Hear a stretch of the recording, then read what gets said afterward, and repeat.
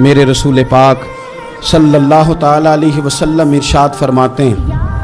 یہ حدیث امام بہقی نے لکھی ہے، حضور فرماتے ہیں کہ جب روزانہ سورج طلوع ہوتا ہے نا تو اس دن وہ دن اعلان کرتا ہے، وہ دن اعلان کرتا ہے کہ اگر کوئی کام کرنا ہے تو کر لو، میں آج آیا ہوں، آج کے بعد نہیں آؤں گا، آج کا کام آج کر لو، میں کل نہیں آؤں گا۔ جو دن آج آیا ہے یہ قیامت تک بھائی دوبارہ نہیں آئے گا۔ جس کی آج تلاوت رہ گئی، جس کا آج درود پاک رہ گیا، جس نے آج سجدے نہ کیے معاذ اللہ رہ گئے اس کے،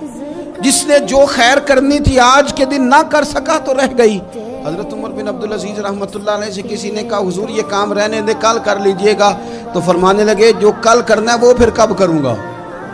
اس کام کو کل کر لوں گا تو جو کل کرنا ہے وہ کب کروں گا؟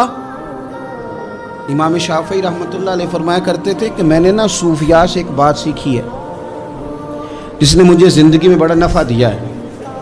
آپ فرمایا کرتے تھے کہ صوفیاء کہتے ہیں کہ وقت ایک تلوار ہے،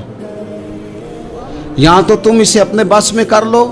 یعنی مینج کر لو، طے کر لو، معاملات کو مرتب کر لو، اس طرح اس وقت یہ کرنا ہے، اس وقت یہ کرنا ہے، تو پھر تم اس تلوار کی وجہ سے ساری مشکلات کو کاٹ دو گے،